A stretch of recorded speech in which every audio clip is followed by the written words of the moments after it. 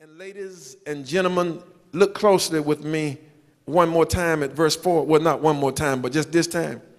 Notice he says, and ye fathers. He's giving instructions to parents about child rearing. And he addresses the command, the admonition to the father. Why didn't he give it to the mother? Because he does not look to the mother as the primary child rearer, as the head of the house. And I hear you ladies saying, but I don't have anybody. I'm coming to you next. But for the men, he does not address that to the woman, but he addresses it to the man, because God says, even though you got a woman to help you, you don't delegate that to her, but it's yours to provide the leadership for. And he gives the instructions first with a negative admonition, and then with a positive admonition. And the negative one says, don't provoke your children to wrath. That New Living Translation, don't make them angry.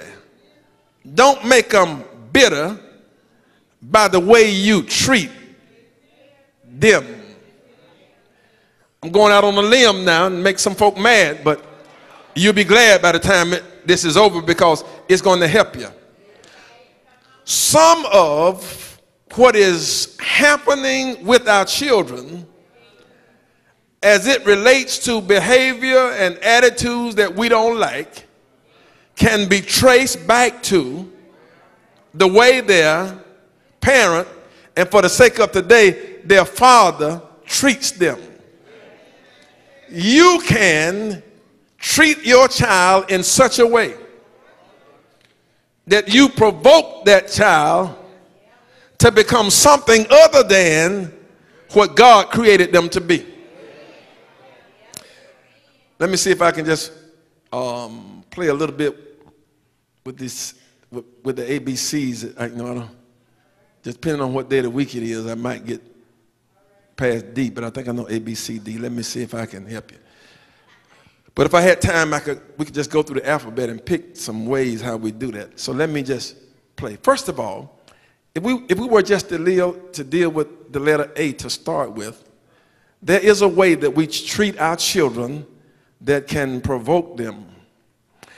When fathers abdicate their role as fathers, it creates something in your children that's not pleasant.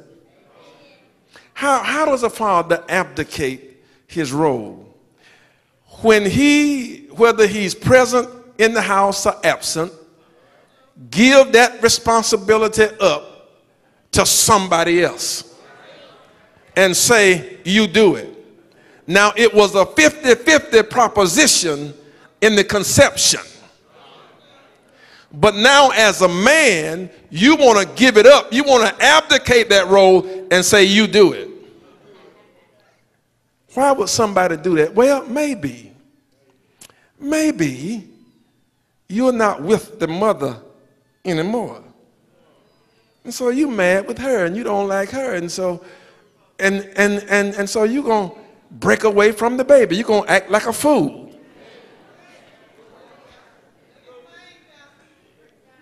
Your relationship with your child's mother, whether you divorced the mother or was never married to her, never changes because of your relationship with the baby mama. It's still your child, and every responsibility you ever had, you still have.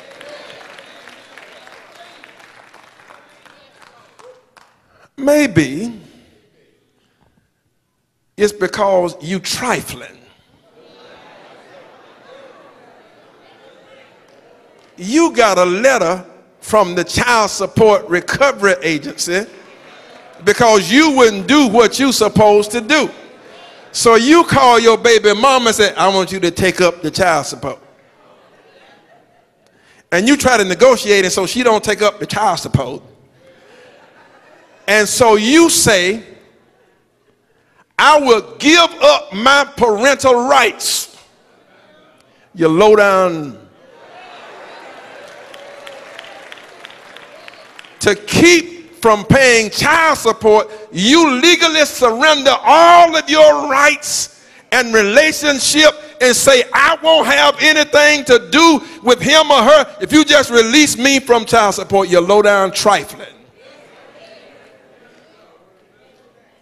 Pastor, that's strong language. I'm in Bible territory. I ain't as strong as the Lord, because God said he that won't take care of his own is worse than an infidel. You're a heathen.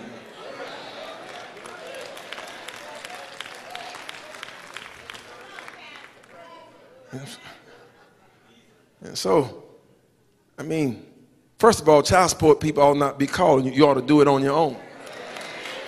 You ought just do it because it's the godly thing to do. And so you just abdicate your right. I don't want nothing to do with them. And can you imagine?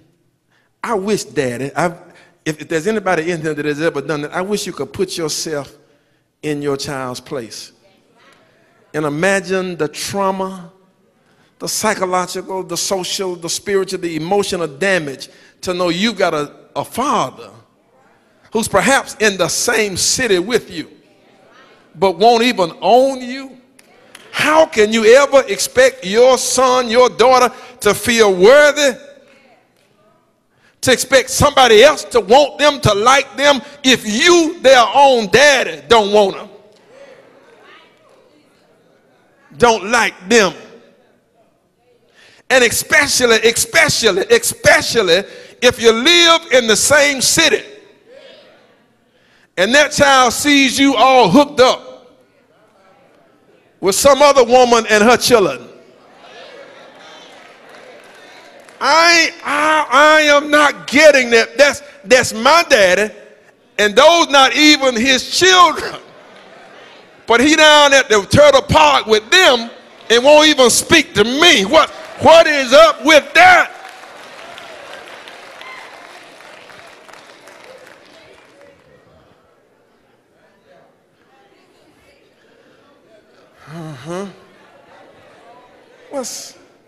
What's up? And the church tries their best and other programs in the community to mentor boys. But can I let you in on a little secret? All the mentoring in the world won't take away the pain that a child feels for a daddy that won't even own them. And then not only do we abdicate, but we can abandon them. And come close to me. You can live in the same house and abandon your children. And I'm not talking about financial support, but your children need your moral, your spiritual, your emotional connection, attachment. But you can't abandon them even though you're physically in the house. You've not abdicated your responsibility, but you have abandoned your role to what they need. So you can be in the house and then you can abandon them out the house. A girl needs to feel good about herself. And she can have a loving mother who tells her all of these wonderful things. But there are some things that she cannot get